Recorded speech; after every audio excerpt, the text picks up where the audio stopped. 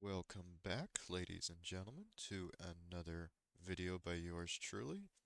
This is part 3 of my Endgames You Should Know to Become a Good Chess Player series.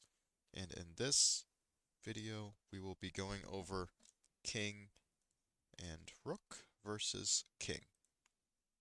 So we're going to be using a concept that we've gone over in the last two videos. And if you've watched my last two videos, you will know that this idea is called the box.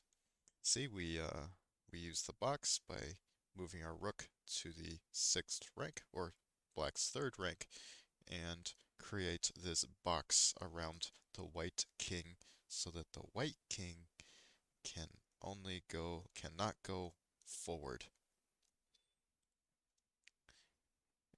And let's say the white king goes this way. And now we will use another idea called gaining the opposition.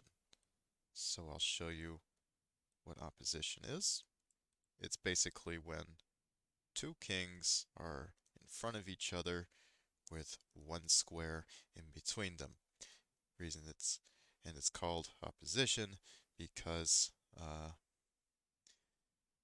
the both kings cannot go to these squares as they would be captured by the enemy king, and is what we call an illegal move.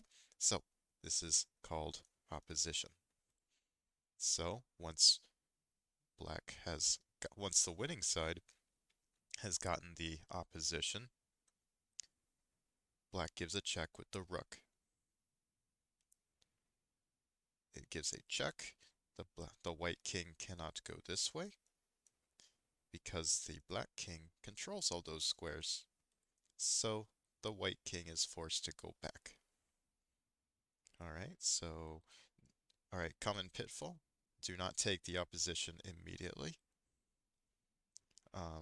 Because if that happens, then you have this and this and this, and you're not getting anywhere. It's a common pitfall. So let's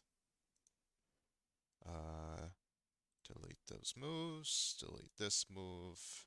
Alright, so the appropriate way to regain the opposition is by not taking the opposition, but rather take the knight's opposition. The knight's opposition.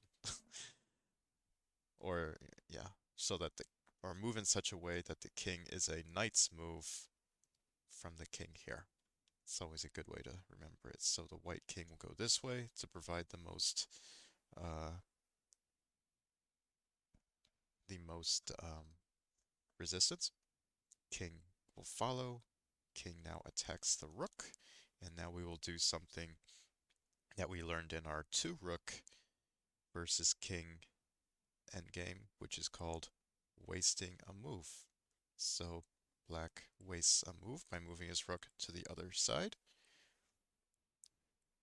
King goes this way, and another common pitfall is that sometimes the winning side will just give a check without the opposition. If that happens, the white king moves forward, and you don't want that. That's not what you want. So, so to gain opposition, we must waste yet another move. So we waste a move, and the white king must now go this way for most resistance, this way, until the opposition is is forced onto white, and black now gives a check, forcing him back, and because the king cannot move forward. So we do this again. Same pattern, same idea. Chase the king, waste a move, king goes back, waste another move, and now the king is forced to go this way, king must go this way. There you go.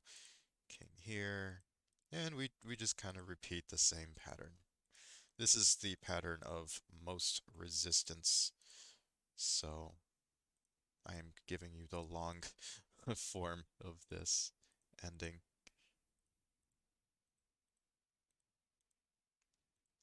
And when you're doing this ending, be sure to not hit the 50 move mark, because if you play 50 moves without moving a pawn, the game is declared a draw.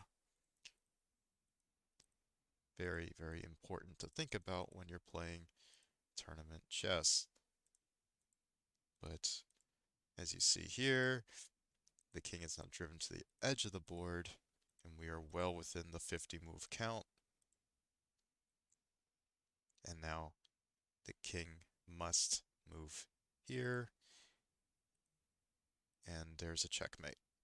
So we did that in 37 moves, starting from the back rank, which it's basically the worst case scenario.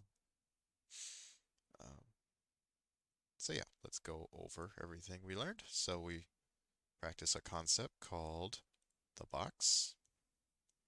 We cut off the king from going forward. And so the king must kind of waste moves. This is the opposition. The opposition allows the black rook to give a check. Very, very cool. So the king goes this way. This is the path of most resistance. When the king attacks the rook, we waste a move, as in our first endgame we looked at. We waste another move because we don't have the opposition. Here, here, here, here. We give a check once we have the opposition. And we just kind of follow this pattern. Waste a move, waste another. So you have to waste two moves instead of one with a rook, instead of the queen, or the two rooks rather. You're not wasting any moves with the queen. I misspoke.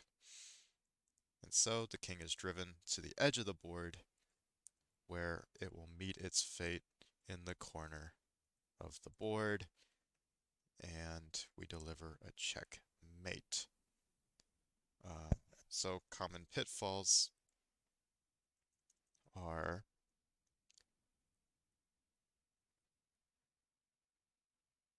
are delivering checks when you don't have the direct opposition.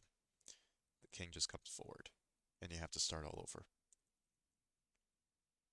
Um, another another thing is not not wasting the second move. So black can make a mistake here, and white can just go this way. But this is easily fixable.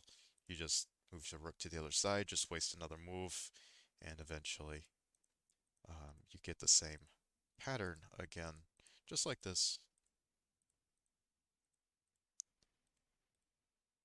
Just like that. And so return to our line. We just kind of force the king to the edge of the board, where it will meet a bloody checkmate in the corner. So I hope you enjoyed this video. If you did, please subscribe and like, comment, do whatever you can. Everything is really helpful for me as a content creator. So I hope that you have a good rest of your day, and take care. Thanks.